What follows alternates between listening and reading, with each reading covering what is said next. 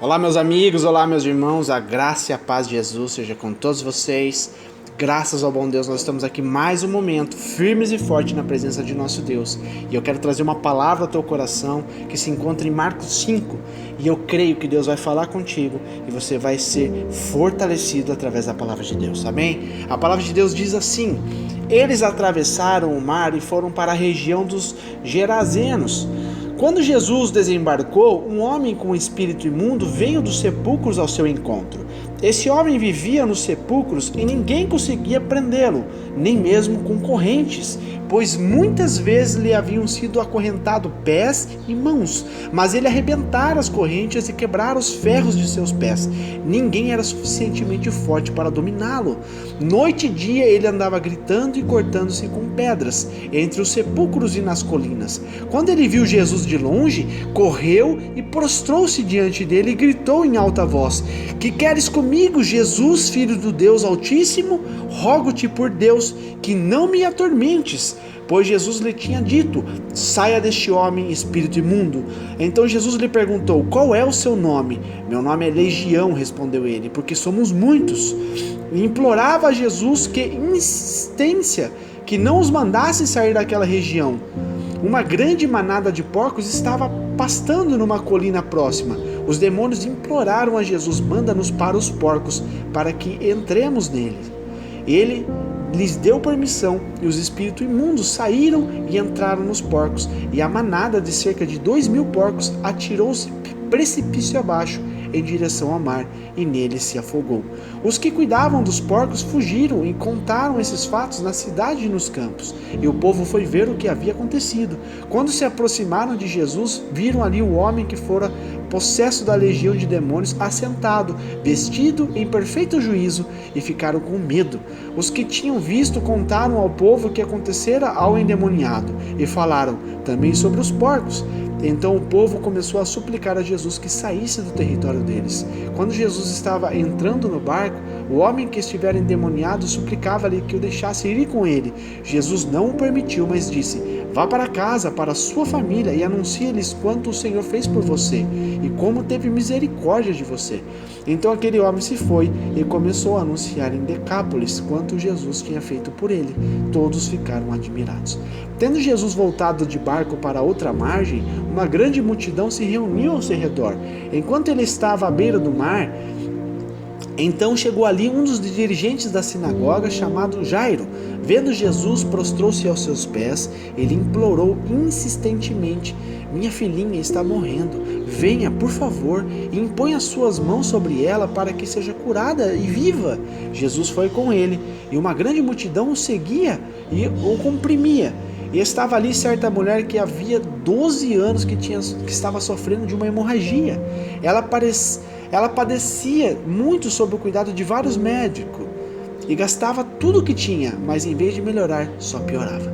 Quando ouviu falar de Jesus, chegou-se por trás dele, no meio da multidão, e tocou em seu manto, porque ela pensava: se eu tão somente tocar em seu manto, ficarei curada. E imediatamente cessou sua hemorragia, e ela sentiu em seu corpo que estava livre do seu sofrimento. No mesmo instante, Jesus percebeu que dele havia saído poder. Virou-se para a multidão e perguntou: "Quem tocou em meu manto?" Responderam seus discípulos: "Vês a multidão aglomerada ao teu redor e ainda perguntas: quem tocou em mim?" Mas Jesus continuou olhando ao seu redor para ver quem tinha feito aquilo. Então a mulher, sabendo o que lhe tinha acontecido, aproximou-se, prostrou-se aos seus pés e, tremendo de medo, contou-lhe toda a verdade. Então ele lhe disse: "Filha, a sua fé te curou. Vá em paz e fique livre do seu sofrimento." Enquanto Jesus ainda estava falando, chegaram algumas pessoas da casa de Jairo. "O dirigente da sinagoga, sua filha morreu", disseram eles. "Não precisa mais incomodar o mestre." Não fazendo caso do que lhes disseram, Jesus disse ao dirigente da sinagoga: "Não tenha medo, tão somente creia." E não deixou ninguém segui-lo, senão Pedro, Tiago e João, irmão de Tiago. Quando chegaram à casa do dirigente da sinagoga, Jesus viu um alvoroço, com gente chorando e se lamentando em alta voz. Então entrou e lhe disse: "Por que todo esse alvoroço e lamento? A criança não está morta, mas dorme." Mas todos começaram a rir de Jesus. Ele, porém, ordenou que eles saíssem. tomou consigo o pai e a mãe da criança e os discípulos que estavam com ele, e entrou onde encontrava a criança, tomou-a pela mão e lhe disse: Talita cumi, que significa: menina, eu lhe ordeno, levanta-se. E imediatamente a menina, que tinha 12 anos de idade, levantou-se e começou a andar. Isso os deixou atônitos. Ele deu ordens expressas para que não dissessem nada a ninguém e mandou que dessem a ela alguma coisa para comer. Amém? Glórias a Deus por isso, meus amados. Aonde Jesus passava, aonde Jesus passa e aonde Jesus passará, certamente Ele fará um milagre em nossas vidas. Não é diferente do que Jesus fazia ali naquele passado, naquele tempo, onde Ele estava em carne e osso, né, fazendo grandes milagres no meio da multidão, e hoje o Espírito Santo de Deus que estava nele permanece entre nós. Nós temos que tomar para nós, meus amados, a responsabilidade de fazermos o que Jesus nos ordenou. Falou assim: eu estou subindo ao Pai, mas eu deixo convosco o Espírito Santo de Deus, o meu Espírito, para que vocês façam o mesmo que eu fiz, ainda mais, coisas maiores. Ele nos ordenou para que nós possamos utilizar do poder de Jesus Cristo, o poder dele para nós operarmos tais coisas no mundo, meus amados, para nós trazermos o ensinamento sobre a humanidade, ainda mais, curarmos os enfermos, expulsar os demônios, transformar as vidas. Meus amados, nós temos a condição, se a gente entender o poder que há em Jesus Cristo, o poder que há no Espírito Santo de Deus, que está em nós e que quer habitar ainda mais em nós, meus amados, nós podemos nos alegrar, nos regozijar e usar deste poder maravilhoso para abençoar tanto as nossas vidas quanto a vida dos nossos irmãos, dos nossos próximos irmãos. Amém? Então aqui ele começa dizendo sobre um endemoniado. Era um homem que estava amarrado ali, através de correntes, de cadeado. Ele era possuído por tantos demônios, que diz aqui, né, foi a única vez que Jesus perguntou o nome de um espírito imundo, ele disse legião. Nós estudamos aqui a palavra de Deus, e uma legião de demônios significa em torno de 6, 7 mil demônios, uma legião. Você imagina 7 mil espíritos imundos dentro de uma pessoa? Era por isso que ele estourava a corrente, que ele arrebentava ferro, ele se cortava nas pedras.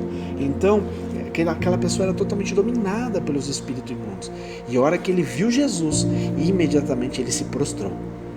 Todos aqueles demônios que estavam naquele homem, milhares, se prostrou, pois reconhecia nele que ele é o Filho de Deus, que ele é a autoridade suprema. E ele nos deu essa autoridade, meus amados, para nós usarmos no reino do Senhor. Nós temos autoridade sobre os espíritos imundos. Nós temos autoridade no mundo espiritual para trazer a existência do milagre, daquilo que é espiritual para o físico. Por isso que nós vemos grandes milagres, meus amados, na cura de câncer, na cura de paralítico, na cura, de pessoas com deficiência visível. Tem tantas coisas que o Senhor cura através de uma pessoa, através de um homem ou de uma mulher que está: Senhor, eis-me aqui, envia-me a mim, faz de mim um vaso, um servo nas mãos do Senhor. Nós temos essa capacidade, meus irmãos. Basta somente nós entendermos o propósito que Deus quer na minha vida e na tua, e a gente cumprir isso daí na ponta do lápis, e o Senhor vai nos honrar e vai, através da nossa vida, curar as pessoas. Amém? Então aqui, depois que esse homem foi liberto daqueles espíritos imundos, né? Aqueles espíritos ali pediram para se apoderar dos corpos dos porcos, né? Porque os inimigos, os espíritos imundos, meus amados, quando ele sai de um corpo, ele precisa achar algum descanso, ele precisa achar outra pessoa, ou até mesmo essa mesma pessoa que ele saiu, porque para eles, fora de um corpo, é sofrimento, eles sofrem. Então eles precisam achar, uma pessoa, precisam achar um hospedeiro para eles habitarem.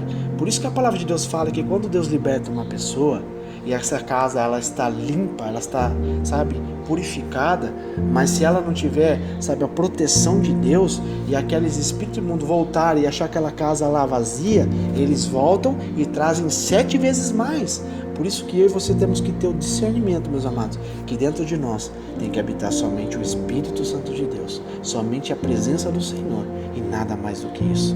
E ali a palavra de Deus fala que eles imploraram que entrassem nos porcos. Em muitos momentos eu pensava, mas por que sacrificou tantos porcos, 2.000 porcos? Mas, amados, se você for estudar a palavra de Deus, aqueles porcos, eles eram criados em cativeiro justamente para servir de sacrifícios a deuses pagãos, a Baals, a deuses falsos. Então por isso que Jesus permitiu que entrasse naqueles porcos, e eles todos se mergulharam, né, no penhasco ali, caíram no mar e morreram afogados. Deus destruiu tanto os espíritos imundos que estavam naquele homem, quanto aquelas oferendas que eles iam oferecer aos próprios espíritos imundos. Então esse é o entendimento, esse é o ensinamento que nós temos através disso, amém? Então, posterior a isso, a gente vê que Jesus encontrou com um homem chamado Jairo.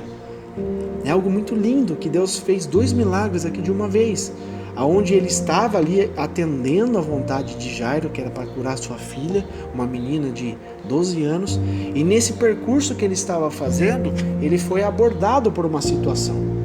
Eu imagino uma multidão realmente ali, né, apertando Jesus, comprimindo Jesus ali, espremendo ele, e de repente ele sente que dele saiu virtude, saiu poder, e ele fala: ei, parou, quem foi que me tocou? Porque de mim saiu virtude, saiu poder de mim, aconteceu alguma coisa, alguém me tocou de uma forma diferente. Muita gente estava tocando nele, mas uma pessoa tocou diferente, tocou com fé, com esperança, acreditando no milagre.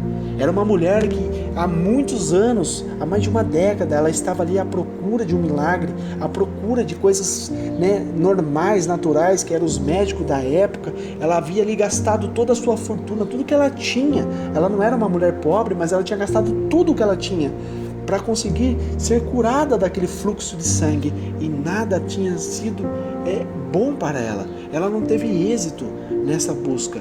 E quando ela ouviu que Jesus estava passando ali sobre a região dela, ela colocou no seu coração a fé, a esperança: se eu somente tocar nele. Por que somente tocar nele? Porque ela era como se fosse uma pessoa leprosa, ela não podia ter comunicação com as pessoas, ela não podia viver entre as pessoas. Ali para os judeus, uma pessoa que sofria de fluxo de sangue, ela era discriminada, ela era isolada, como um leproso. Então ela sabia que se ela tocasse em Jesus durante a multidão, ela poderia ser apedrejada, as pessoas poderiam condenar ela, poderiam até matar ela, por mais que ela sabia que era o mestre. Então ela foi na espreita ali, sem ninguém ver que era ela, e ali ela somente tocou no manto, crendo que se ela somente tocasse nele, ela seria curada. E nesse momento, por isso que Jesus parou e disse: ei, alguém tocou em mim diferente. Meus amados, eu entendo que o Senhor quer nos ensinar que nós precisamos tocar no Senhor de uma forma diferente. Sabe, muitas das vezes nós não estamos recebendo nada da parte de Deus, nós não estamos vendo nada da parte do Senhor, porque nós não estamos sabendo tocar nele. Nós estamos indo, sabe, com o coração puro na presença de Deus. Não estamos tendo uma fé suficiente para alcançar aquilo que nós queremos de Deus.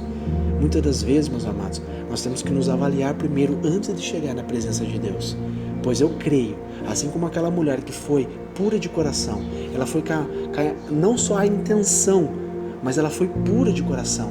Ela creu, ela teve a maior crença, eu acredito, da vida dela. Ela creu, se ela somente tocasse no mestre, ela seria curada. E assim foi feito através da fé dela, conforme ela quis. A hora que ela tocou, imediatamente ela foi curada. E o Senhor conversou com ela: vá, mulher, a tua fé te curou. Amém? Que você e eu possamos entender, meus amados, que o Senhor tem cura sim para mim e para você, que Deus tem sim libertação para mim e para você, que Deus tem sim bênçãos para mim e para você. Creia, porque Deus, ele é maravilhoso, e é isso que Deus tem para nós. Basta somente a gente estar com o coração puro perante Ele. Amém? E nisso, enquanto ele teve esse contratempo de curar essa mulher, ali vieram os mensageiros de Jairo e disseram: ei, Jairo, a tua filha está morta. Não incomode mais o mestre, porque ela já morreu. E o que Jesus falou? Não, vamos voltar lá, vamos lá, vamos. E nisso que Jesus começou a chegar, ele chegou naquele local e ele viu que estava um alvoroço.